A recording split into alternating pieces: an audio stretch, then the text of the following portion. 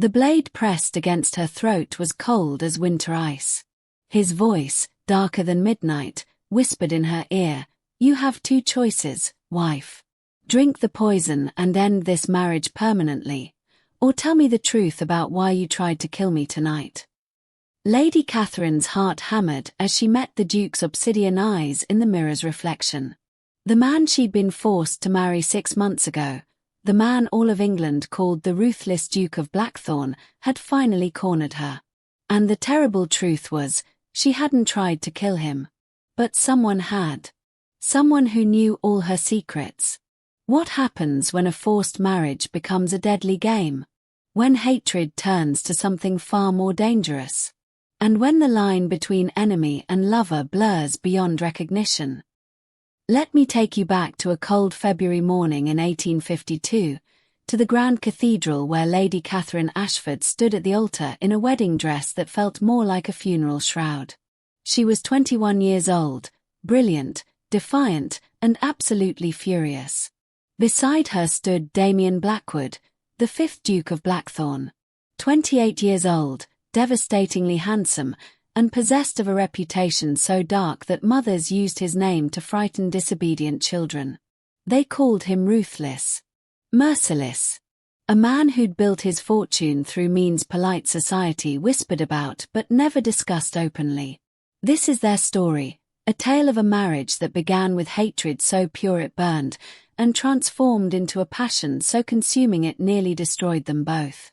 It's a story of secrets and lies, of vengeance and redemption, of two people who were forced together by circumstance but chose to stay together for reasons far more complicated. Gather close, because this is not a gentle romance. This is a story about two people locked in a battle of wills that will test every boundary, challenge every assumption, and prove that sometimes the person you hate most in the world is the only person who truly understands you. Are you ready to witness a marriage forged in hatred and tempered in fire? To see two enemies become something far more dangerous than lovers, become partners in survival? Then let me tell you how it all began. 6 months before the blade at her throat, Catherine Ashford's life had been perfect. She was the eldest daughter of the Earl of Ashford, beautiful and clever, with proposals from half the eligible bachelors in London. She'd had plans, dreams of marrying for love, of travelling, of living a life of her own choosing. Then her father made one catastrophic mistake at the card tables. £50,000, her father whispered, his face grey as ash, sitting in their drawing room while creditors pounded at the door. "I owe the Duke of Blackthorn £50,000, Catherine. Money we don't have. Money I gambled away like a fool." Catherine felt her world tilt. £50,000. It might as well have been 50 million. Their estate was mortgaged to the hilt. They had nothing left to sell. Nothing except. "No," she said, understanding dawning with horrible clarity. "Father, no. You can't mean." He's offered to forgive the debt entirely. Every penny. In exchange for.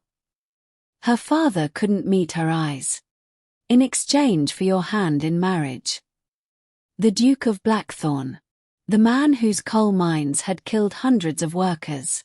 The man who'd supposedly driven 3 business rivals to suicide through ruthless competition. The man whose first wife had died under mysterious circumstances just 2 years into their marriage. "I won't do it," Catherine said flatly. "I'd rather be poor than married to a monster." "It's not just poverty, Catherine." Her father's voice broke. "He says if I don't pay, he'll see me imprisoned for fraud. There were irregularities in how I borrowed the money. I could hang." Catherine stared at her father, weak, foolish, but still her father. The man who'd taught her to ride, who'd encouraged her education when other fathers would have forbidden it, who'd loved her mother until the day she died. "When?" she asked quietly. "1 month. He wants the marriage to take place in 1 month." And so Catherine Ashford was sold to the Duke of Blackthorn like a prized mare, Her fate sealed by her father's weakness and a ruthless man's desire for, what? Not love, certainly. The Duke had made it clear in their single meeting before the wedding that this was a business arrangement, nothing more. You'll be my wife in name, he'd told her, his dark eyes cold as a winter ocean. You'll run my household, appear at my side for social functions, and produce an heir. In return, your father's debt is forgiven, and you'll have access to wealth beyond your imagining. And if I refuse these terms? Catherine had asked, lifting her chin defiantly. Then your father goes to prison, your family loses everything, and you'll end up as some rich man's mistress anyway, only without the protection of my name or my wealth. His smile had been cruel. Choose wisely, Lady Catherine. She'd wanted to throw her tea in his face.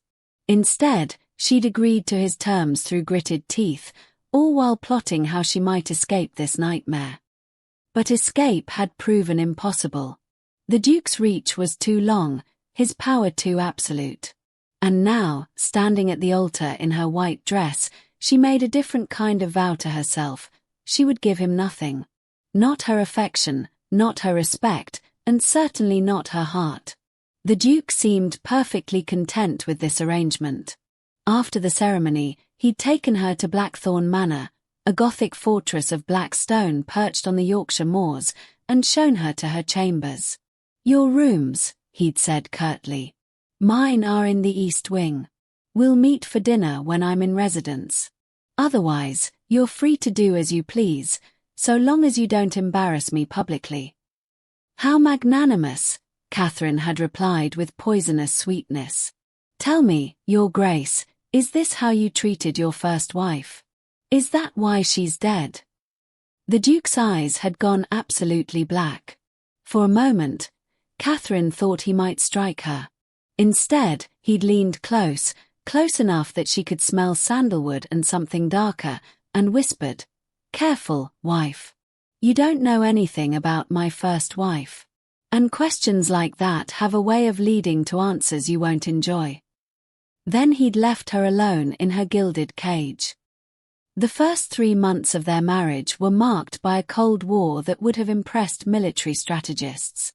Catherine and the Duke circled each other like wary predators, each looking for weaknesses, each refusing to yield an inch. Catherine discovered that running the Duke's household gave her unexpected power. She dismissed his longtime housekeeper, a cruel woman who'd terrorized the servants, and replaced her with someone competent and kind. She reorganized the entire staff structure, improving working conditions and raising wages. You're making them soft, the Duke had complained when he saw the changes. I'm making them loyal, Catherine had replied coolly. Which is worth far more than fear, though you wouldn't understand that. The Duke had studied her for a long moment, then said something that surprised her. Keep the changes. You're right about loyalty. It was the first time he'd admitted she was right about anything. Catherine didn't know what to do with that small victory. But the Duke had his own ways of asserting dominance. He would disappear for weeks at a time on business, leaving Catherine alone in the enormous manor with no explanation. He would invite guests without consulting her, forcing her to play hostess to people she despised. He would countermand her orders to the servants simply because he could. Their dinner conversations, when they bothered to have them, were battlegrounds of wit and sarcasm. How was London, Your Grace? Catherine asked one evening, her tone suggesting she couldn't care less. Profitable. How was the manor, Lady Catherine? Did you rearrange any more furniture in a futile attempt to feel some control over your life? I had the portrait of your first wife moved to the attic. I found her watching me from the walls rather unsettling. The Duke's fork clattered against his plate. You had no right. I had every right. I'm the Duchess of Blackthorn now. Or have you forgotten that I'm your wife, not your prisoner? There's a difference. The Duke's voice was dangerously soft. Not in this marriage, apparently. They'd stared at each other across the table, both furious, both refusing to look away first. Then the Duke had done something unexpected. He'd laughed. Actually laughed, a sound so rare the servants later whispered about it. "You have spirit, Lady Catherine. I'll give you that." He'd raised his wine glass in a mocking toast. "To my wife, who fights me at every turn." "To my husband," Catherine had replied, raising her own glass, "who mistakes cruelty for strength." The Duke's smile had faded. "You think you know me. You don't. Nor do you know me, Your Grace. Yet here we are, bound together for life. How terribly romantic." But beneath their constant warfare, something else was brewing. Catherine found herself noticing things about the Duke she'd rather not notice. The way he read late into the night in his study. The fact that he personally reviewed every case of worker injury at his mines and paid for their medical care, something he never publicized. The letters she'd accidentally seen from families thanking him for his help, though he'd threatened her with dire consequences if she ever mentioned them. And the Duke, for his part, was watching her too. Noticing how gentle she was with the servants. How she'd turned a cold, fearful household into something that almost resembled a home. How she read philosophy and politics, not just novels. How she rode her horse across the moors with reckless abandon, as though trying to outrun her circumstances. Neither would admit it, but their hatred was beginning to crack, revealing something far more complicated underneath. Then came the night someone tried to poison the Duke, and everything changed. It happened during a dinner party. The Duke was hosting a gathering of business associates and politicians, powerful men with powerful secrets. Catherine was playing her role as the perfect duchess, charming and lovely in a gown of deep emerald silk. The Duke's wine was poured. He raised it to his lips. And Catherine, watching from across the table, saw something that made her blood run cold, a faint oily shimmer on the surface that shouldn't be there. She didn't think. She simply acted. In one fluid motion, she stood, reached across the table, and knocked the glass from the Duke's hand. It shattered on the floor, red wine spreading like blood across the white carpet. The room went silent. Every eye turned to her. "Catherine, what in God's name?" the Duke began. "Don't drink it," she said urgently. "There's something in the wine. I saw it. An oily residue. That's not normal."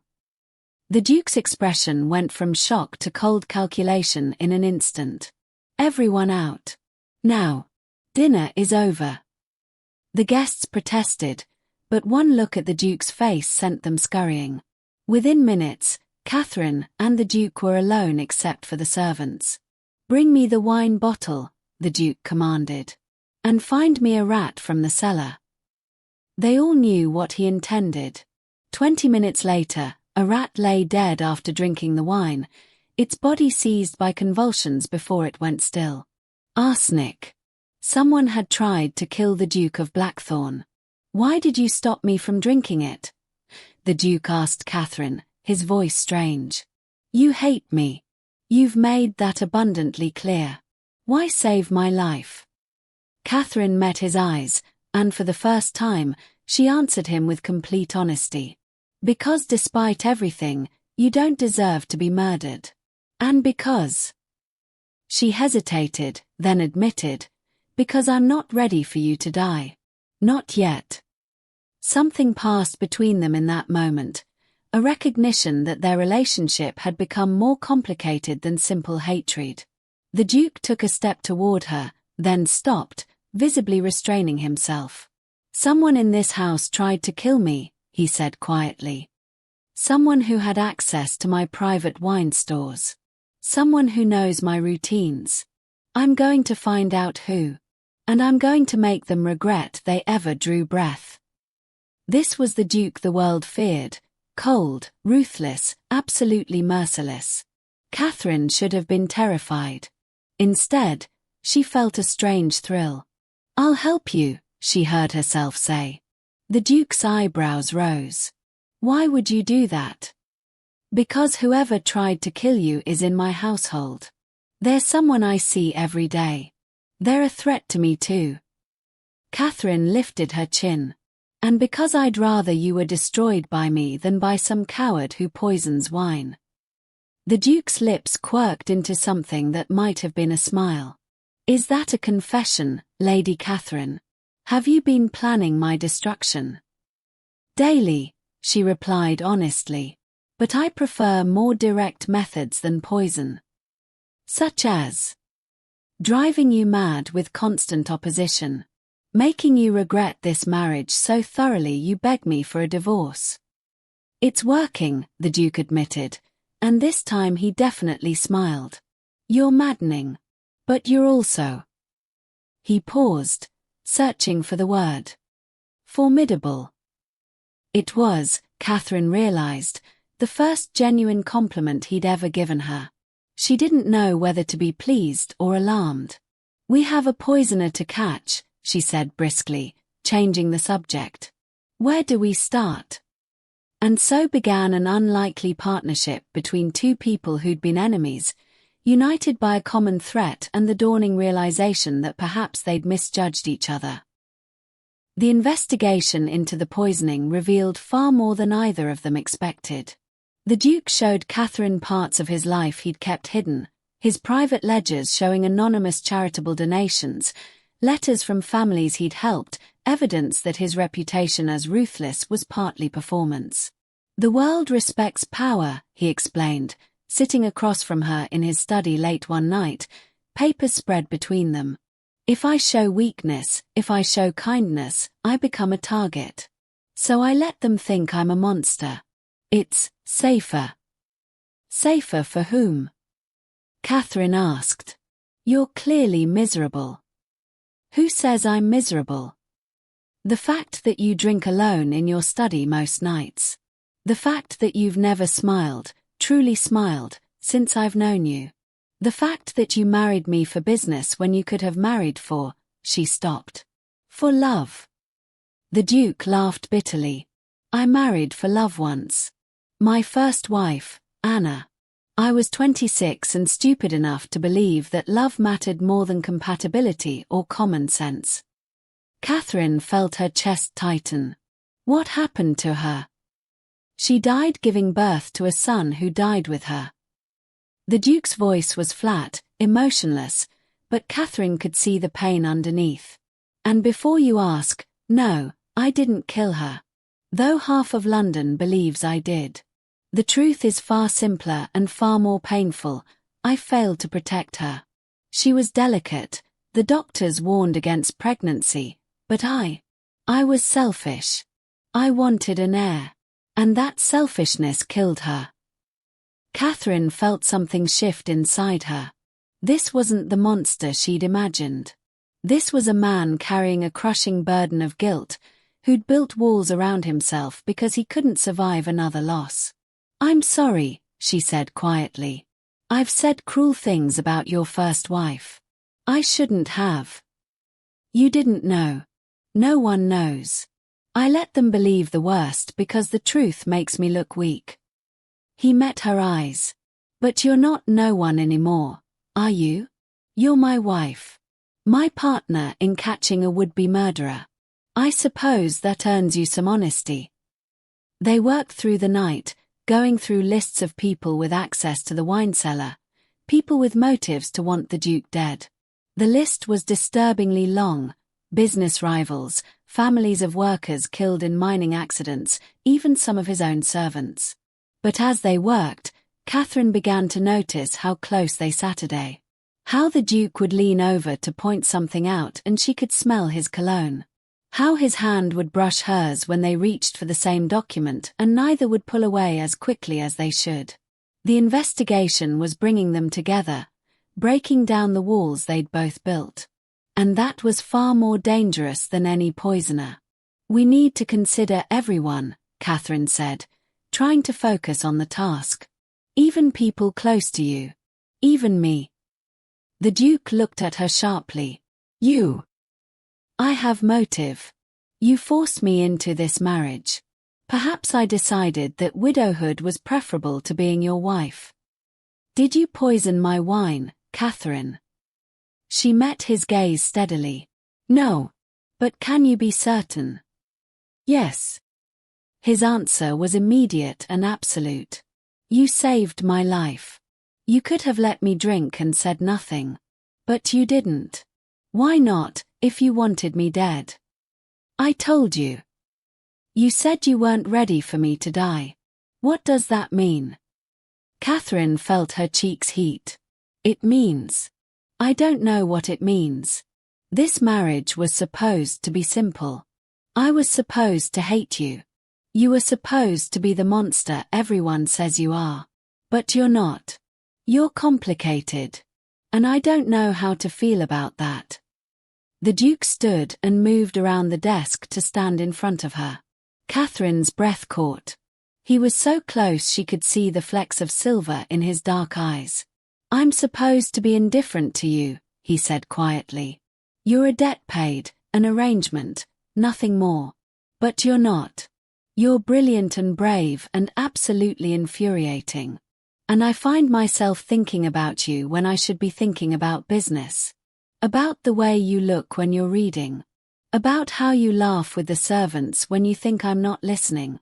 About what it would be like if this marriage were real. It is real, Catherine whispered. We're legally bound. You know what I mean. His hand came up to cup her cheek, and Catherine found herself leaning into the touch. What it would be like if we chose each other instead of being forced together. We'd probably still fight, Catherine said, her voice unsteady. Undoubtedly. The Duke's thumb traced her lower lip. But perhaps we'd also do this. He kissed her. Not the perfunctory kiss at their wedding, witnessed by hundreds. This was real. Hungry. Full of months of denied attraction and reluctant respect and the electric charge that had been building between them since the night she'd saved his life. Catherine kissed him back with equal fervor, her hands fisting in his shirt. This was madness. This was dangerous. This was everything she'd sworn she wouldn't let happen. And she didn't care. When they finally broke apart, both breathing hard, the Duke rested his forehead against hers.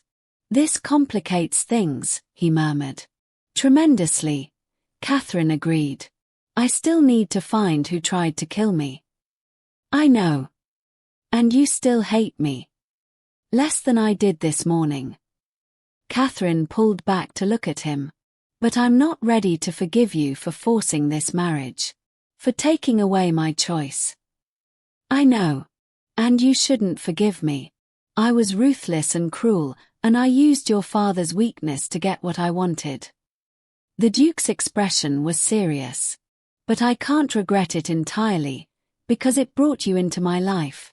And you're the most interesting thing that's happened to me in years. I'm not a thing, Catherine said, but she was smiling. No. You're a force of nature. He kissed her again, softer this time. And I'm starting to think I might be falling in love with you. Catherine's heart stuttered. Don't say that unless you mean it. I never say anything I don't mean. His eyes were intense. I'm falling in love with my wife. And it's terrifying. Before Catherine could respond, a scream echoed through the manor. They raced from the study to find servants gathered around a body in the hallway. The Duke's business manager lay dead on the floor, a knife in his back. The poisoner had struck again. And this time, they hadn't used poison at all. The murder sent Blackthorn Manor into chaos. The Duke summoned the magistrate, locked down the house, and began interrogating everyone systematically. Catherine watched her husband transform into the ruthless figure his reputation promised. Cold, calculating, merciless in his pursuit of truth. It's someone close to me, the Duke said grimly, reviewing what they knew. Someone who knows my routines, my household, my business dealings. Someone who tried poison first and, when that failed, resorted to more direct methods. Your business manager, Catherine said thoughtfully. What if he wasn't the killer's target? What if he was the killer? The Duke stared at her. Explain. Think about it. He had access to everything, your wine cellar, your private papers, your schedule. What if he tried to poison you, and when I prevented it, he panicked? What if someone killed him to silence him before he could try again? Then we have two conspirators. One who did the poisoning, one who did the killing. The Duke began pacing. But why? What's the endgame? The answer came when they searched the dead manager's rooms and found papers that made Catherine's blood run cold. Detailed plans to bankrupt the Duke's holdings, transfer assets to hidden accounts, and, most chillingly, a letter addressed to her. Lady Catherine. You don't know me, but I know you. I know you were forced into this marriage. I know you hate the Duke. I'm offering you a way out. Help us destroy him, and I'll make you a wealthy widow. Refuse, and your family will suffer the consequences. You have 1 week to decide. The letter was unsigned and dated 1 week after their wedding. Catherine felt sick. You received this? The Duke asked, his voice dangerously quiet. No. I've never seen it before in my life. Catherine met his eyes desperately. You have to believe me. I knew nothing about this conspiracy. The letter was never sent, the Duke said slowly, examining it. See. It's still sealed. He intended to send it but never did. Why? Because I saved your life, Catherine realized. When I knocked away the poisoned wine, I proved I wasn't willing to let you die. So they never approached me. The Duke studied her for a long moment. Catherine held her breath, wondering if he believed her or if their fragile new trust would shatter under suspicion. I believe you, he said finally. If you were part of this, you wouldn't have saved my life. You wouldn't have spent these past days helping me investigate. You certainly wouldn't have kissed me like you did last night. Relief flooded through Catherine. So what do we do now? Now we set a trap. If there's a second conspirator, they'll try to finish what they started. They'll try to kill me again. And when they do, we'll be ready. The Duke's plan was simple but dangerous. He would pretend that the investigation had hit a dead end. He would appear vulnerable, distracted by grief over his manager's death. He would create an opportunity for the killer to strike. And Catherine would be his hidden guardian. I don't like this, Catherine said as they prepared. You're making yourself bait. I've been bait before. I've survived. The Duke handed her a small pistol. Do you know how to use this? I'm the daughter of an earl who taught his daughter to shoot. Yes, I know how to use it. Catherine checked the weapon with practiced ease. But Damien, she stopped, realizing she'd used his given name for the first time. The Duke's expression softened. Say it again. What? My name. You've never called me Damien before. Always your grace or my lord or, when you're especially angry, you insufferable man. Despite the tension, Catherine smiled. Damien. There. Happy. Surprisingly, yes. He pulled her close. Promise me something, Catherine. If this goes wrong, if something happens to me, run. Don't try to be a hero. Just run and get to safety. I'm not leaving you. Catherine. I said I'm not leaving you. Her voice was fierce. We're in this together now. Partners, remember? For better or worse, apparently we did mean those vows. Damien kissed her, deep and desperate. When this is over, he whispered against her lips, I'm going to court you properly.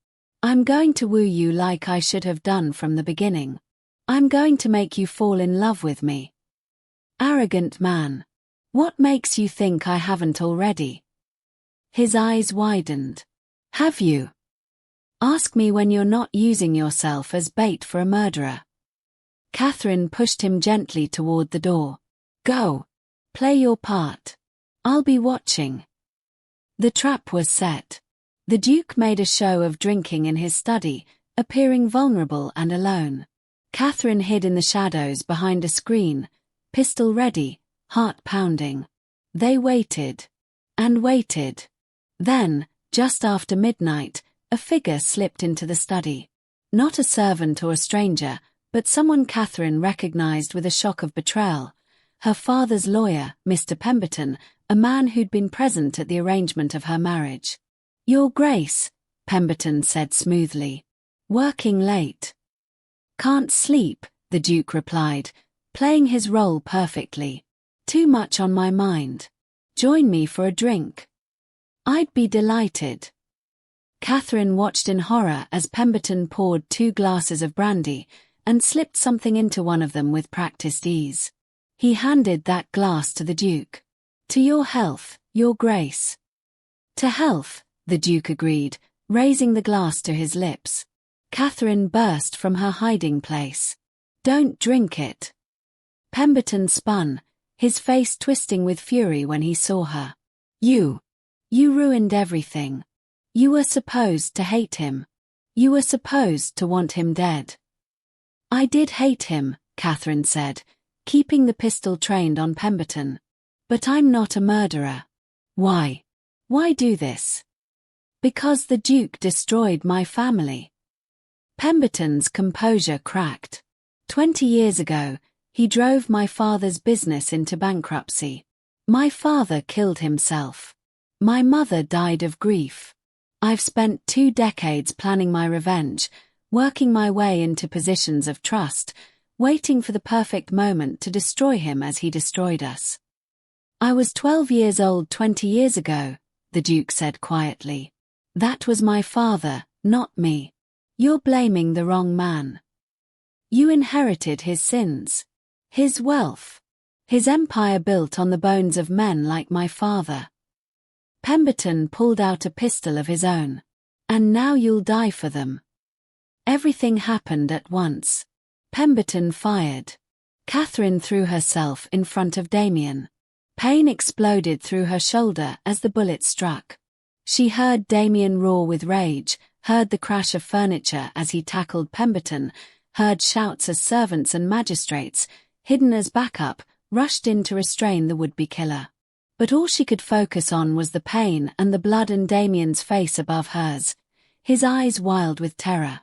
Catherine, stay with me. You foolish, brave woman, why did you?" "Told you," Catherine gasped. "Partners. For better or worse." Then the darkness took her. Catherine woke in her bed at Blackthorn Manor, her shoulder bandaged and aching, to find Damien asleep in a chair beside her. He looked terrible, unshaven, haggard, his clothes rumpled as though he'd been wearing them for days. "How long?" she whispered. Damien's eyes flew open. "Catherine. Thank God. 3 days. You've been unconscious for 3 days." He moved to her bedside, taking her hand with a gentleness that made her heart ache. "The doctor said the bullet missed anything vital, but you lost a lot of blood. You could have died. But I didn't. Because you're stubborn and contrary and absolutely determined to drive me mad." Damien's voice broke. "Why did you do it? Why did you step in front of that bullet?" "Because I love you, you idiot." The words came out before Catherine could stop them. "I love you. I don't know when it happened, maybe when you showed me your secret charities, maybe when you laughed at one of my insults, maybe the first time you kissed me, but I do. I love you. And I wasn't going to let you die." Damien stared at her, tears streaming down his face. "I love you too.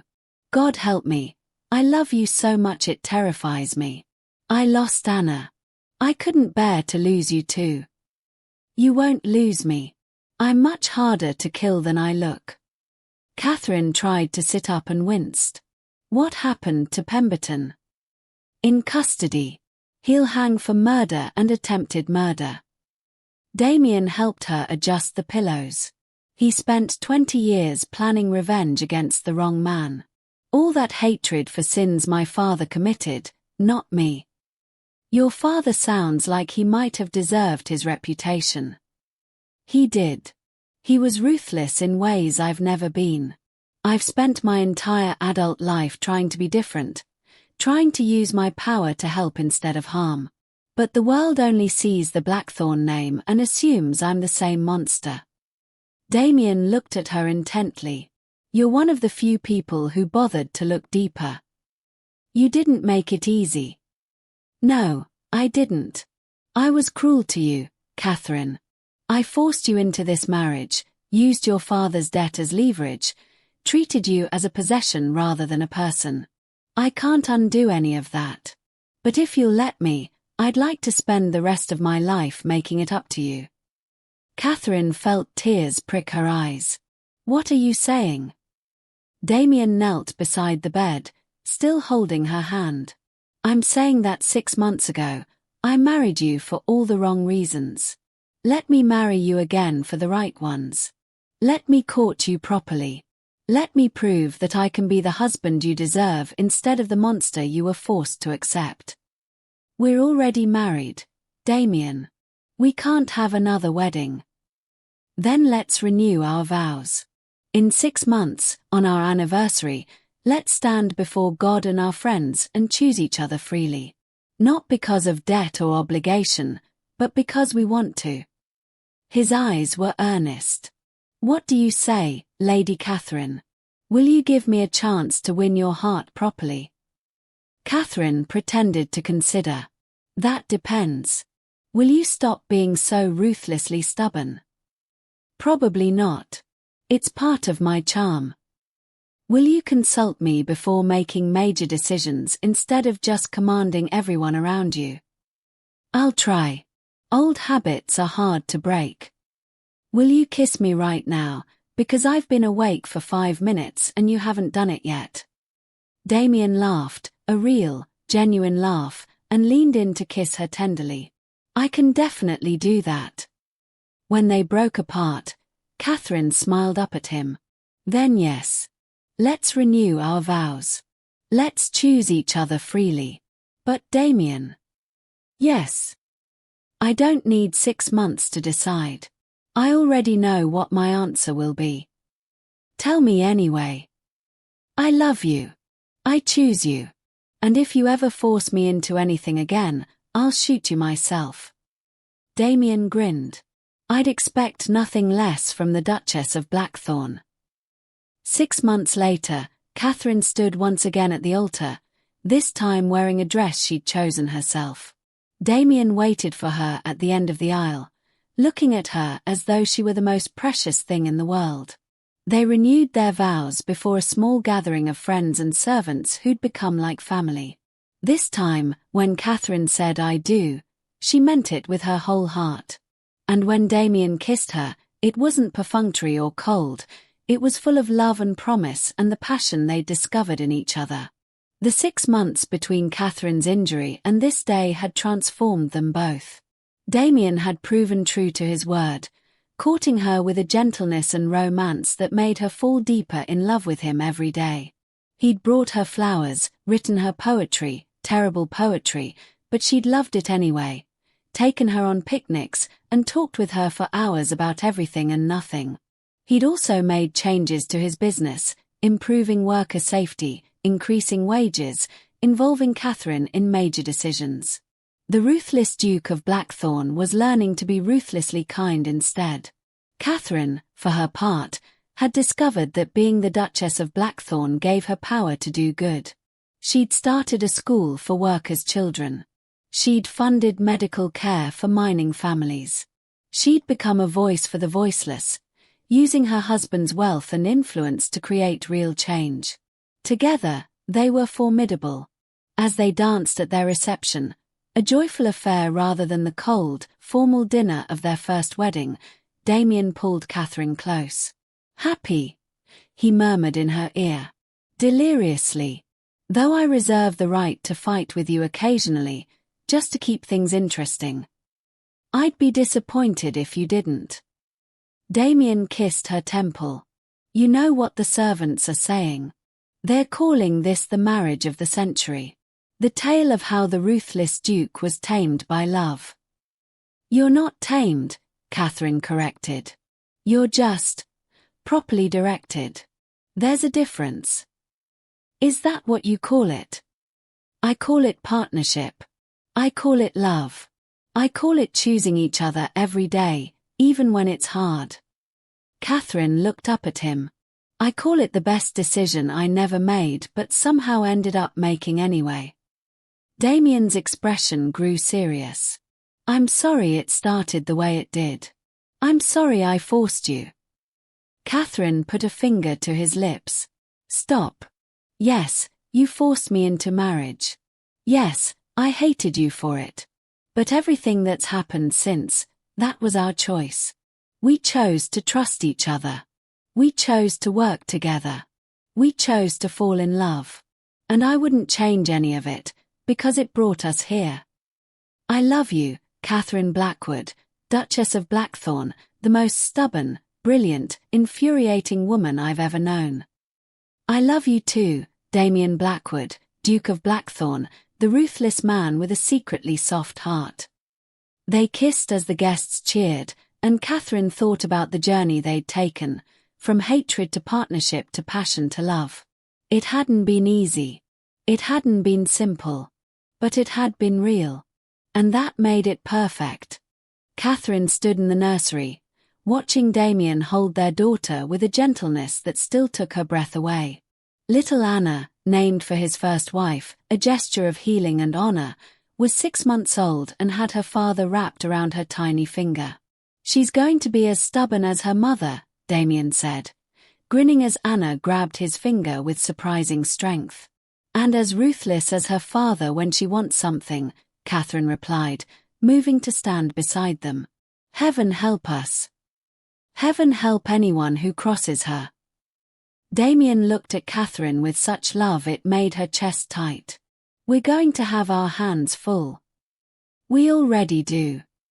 Catherine leaned against him, feeling perfectly content. But I wouldn't change it for anything. The path from that first forced wedding to this moment had been winding and difficult. They still fought occasionally, both were too strong-willed not to, but now their fights ended in laughter or passionate reconciliation rather than cold silence.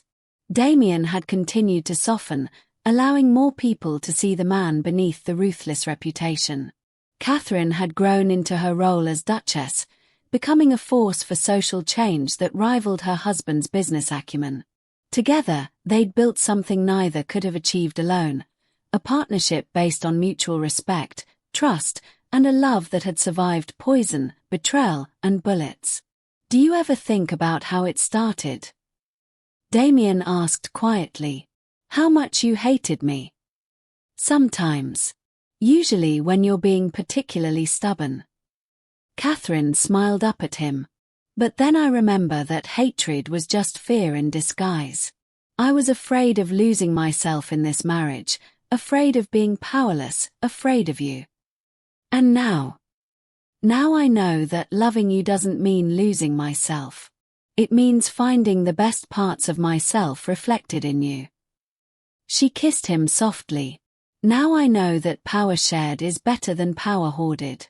And now I know that you're not someone to fear, you're someone to stand beside. Damien handed their sleeping daughter to the nurse and pulled Catherine into his arms. I was ruthless before I met you. I used power as a weapon. I kept everyone at a distance. I thought strength meant being alone. And now I know that the strongest thing I ever did was let you in. The bravest thing I ever did was admit I loved you. And the smartest thing I ever did was marry you, even if I did it for all the wrong reasons initially. Catherine laughed. We've come a long way from you forcing me to the altar.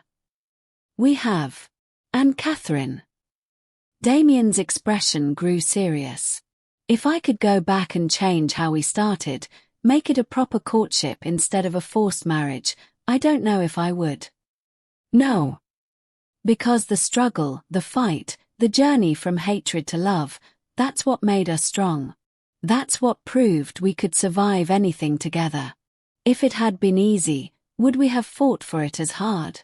Would we appreciate it as much? Catherine considered this. Maybe not.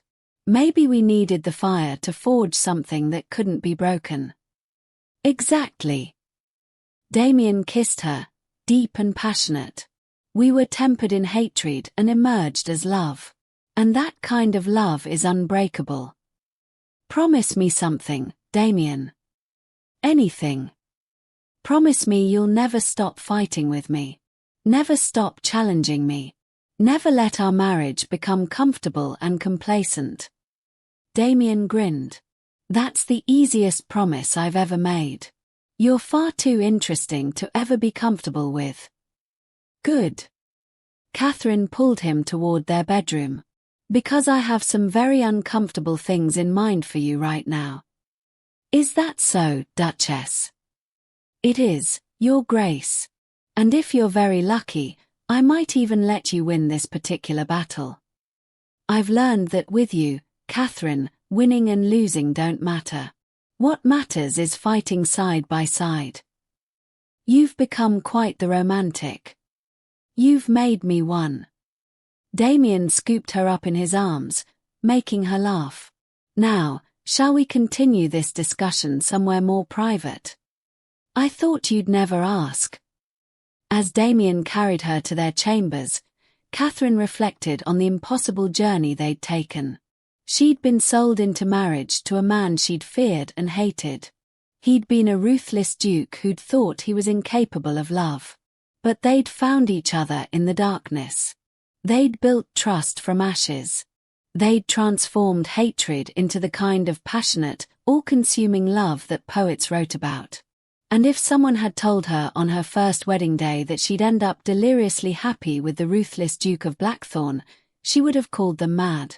But madness, she'd learned, was sometimes just another word for love. And so ends the tale of Lady Catherine and the Duke of Blackthorn, a story that began in forced union and ended in freely chosen devotion. Their story asks us to consider, can hatred transform into love? Can enemies become soulmates? Can the worst beginnings lead to the best endings? The answer, as Catherine and Damien discovered, is yes, but only if both people are willing to see beyond first impressions, to fight for trust, to choose each other daily even when it's hard. Their love wasn't gentle or easy. It was forged in conflict, tempered by danger, and strengthened by the conscious decision to bridge the gap between hatred and passion.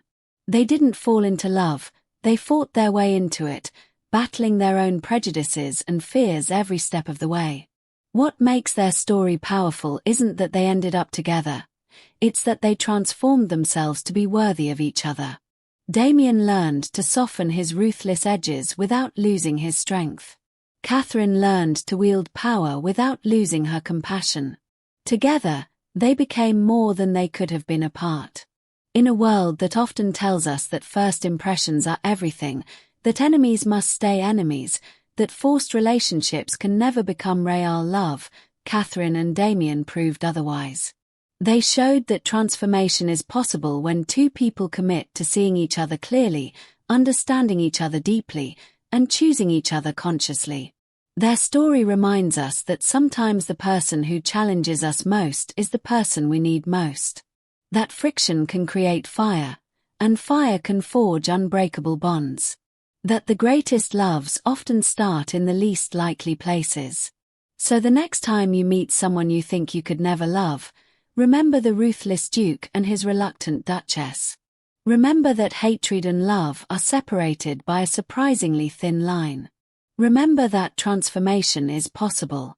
And remember that the best love stories aren't about perfection, they're about two imperfect people who choose each other anyway, who fight for each other fiercely, and who emerge from the battle stronger together than they ever were apart. Because in the end, that's what makes a love story worth telling.